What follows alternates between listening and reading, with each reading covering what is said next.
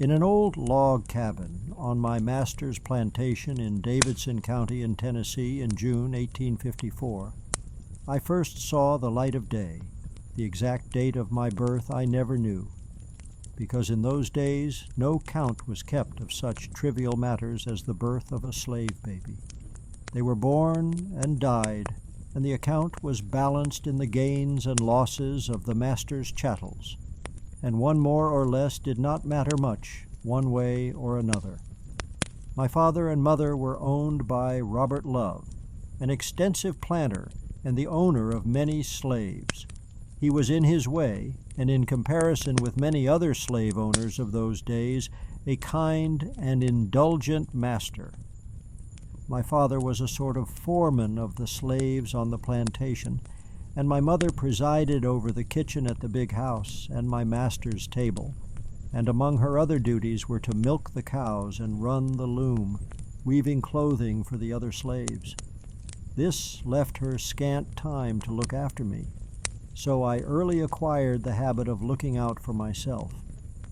The other members of Father's family were my sister Sally, about 8 years old, and my brother Jordan, about 5. My sister Sally was supposed to look after me when my mother was otherwise occupied, but between my sister's duties of helping mother and chasing the flies from master's table, I received very little looking after from any of the family. Therefore, necessity compelled me at an early age to look after myself and rustle my own grub. My earliest recollections are of pushing a chair in front of me and toddling from one to the other of my master's family to get a mouthful to eat like a pet dog, and later on, as I became older, making raids on the garden to satisfy my hunger, much to the damage of the young onions, watermelons, turnips, sweet potatoes, and other things I could find to eat. We had to use much caution during these raids on the garden because we well knew what we would catch if someone caught us, but much practice made us experts in escaping undetected. One day when Master and the family went to town, Mother decided to make some wine of which she was very fond. Accordingly, she gathered some grapes, and after pressing them she made some fairly good wine. This she placed in a demijohn, and this, for better security, she hid in the garden, as she thought unknown to anyone. But my brother, sister, and myself had been watching the process with considerable curiosity, which finally reached such a pitch that there was nothing to it. We must sample a liquid that looked so good. So Jordan went to the hayloft, from where a good view could be obtained all around, while myself and Sally busied ourselves in the vineyard. Presently, Mother, thinking all secure, left the house with the demijohn and proceeded to hide it. Jordan, from the hayloft, noted that Mother never left the garden until she returned to the house, empty-handed, but he was unable to see the exact hiding place. It was several days later, while passing through the garden, that we ran across the lost demijohn. It did not take us long to discover that its contents suited our tastes. Sally and Jordan dragged it into a sweet corn patch, where we were safe from observation. An oyster can was secured to serve as a glass, and the way we attacked that wine was a caution to the temperance workers. And I can assure you we enjoyed ourselves for a while, but for how long I am unable to tell exactly. Mother soon missed us, but being very busy, she could not look for us until evening, when she started out to look us up, after searching and calling in vain. She decided to take the dogs to help find us. With their aid, we were soon located, lying in the sweet corn, dead drunk, while the demijohn, quite empty, bottom side up, stared at Mother with a reproachful stare, and the oyster can, which had served up and took me to the house, and let Sally and Jordan lie in nearby, bearing mute witness against us. Mother picked me up and took me to the house, and let Sally and Jordan lie in the sweet corn all night to dwell on the events. Immediately preceding our return to consciousness is a painful subject to me, as it was exceedingly painful then. I was most feverish the next day, with a head on my shoulders several sizes larger than the one I was used to wearing. Sally and Jordan were enjoying about the same health as myself, but the state of our health did not exempt us from Mother's wrath. We all received a good sound, old-fashioned thrashing, a fitting prelude to my first drunk.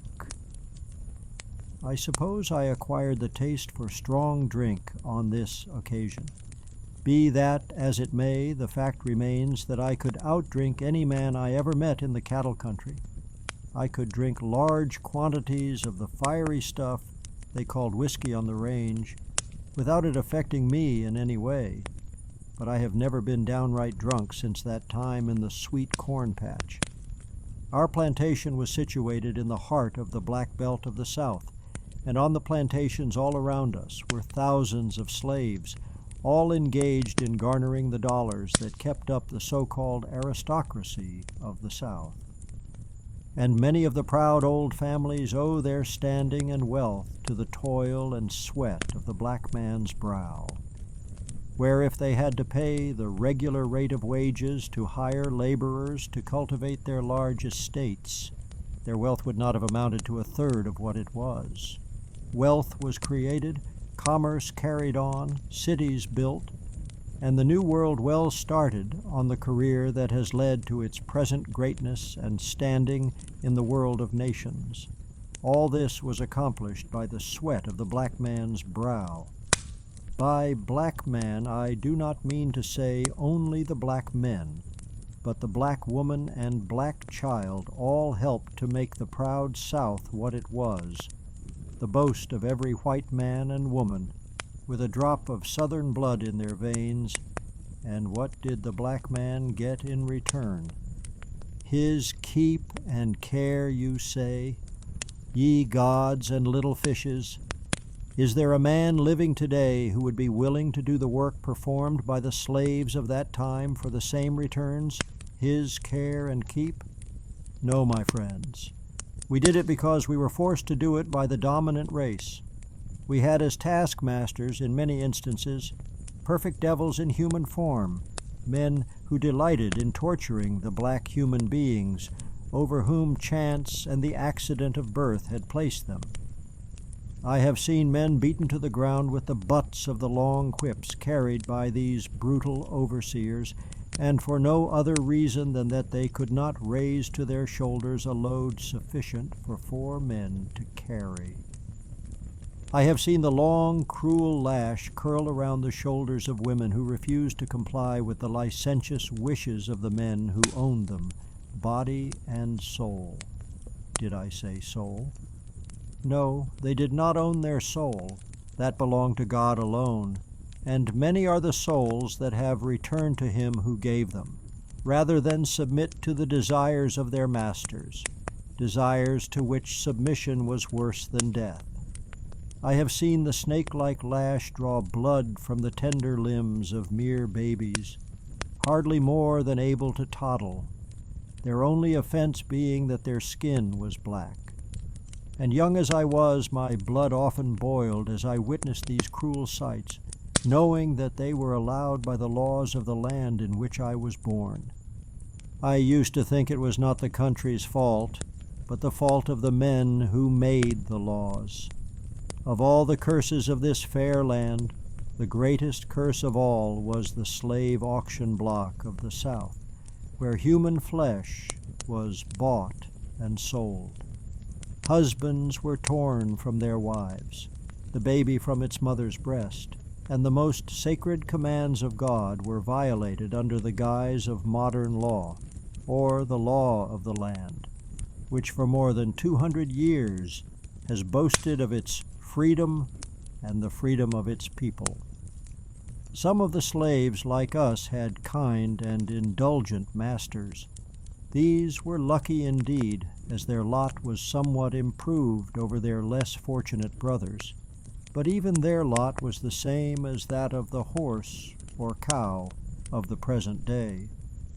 They were never allowed to get anything in the nature of education, as smart negroes were not in much demand at that time, and the reason was too apparent. Education meant the death of the institution of slavery in this country.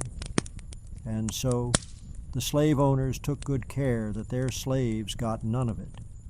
Go and see the play of Uncle Tom's Cabin, and you will see the black man's life as I saw it when a child. And Harriet Beecher Stowe, the black man's savior, well deserves the sacred shrine she holds, along with the great Lincoln, in the black man's heart.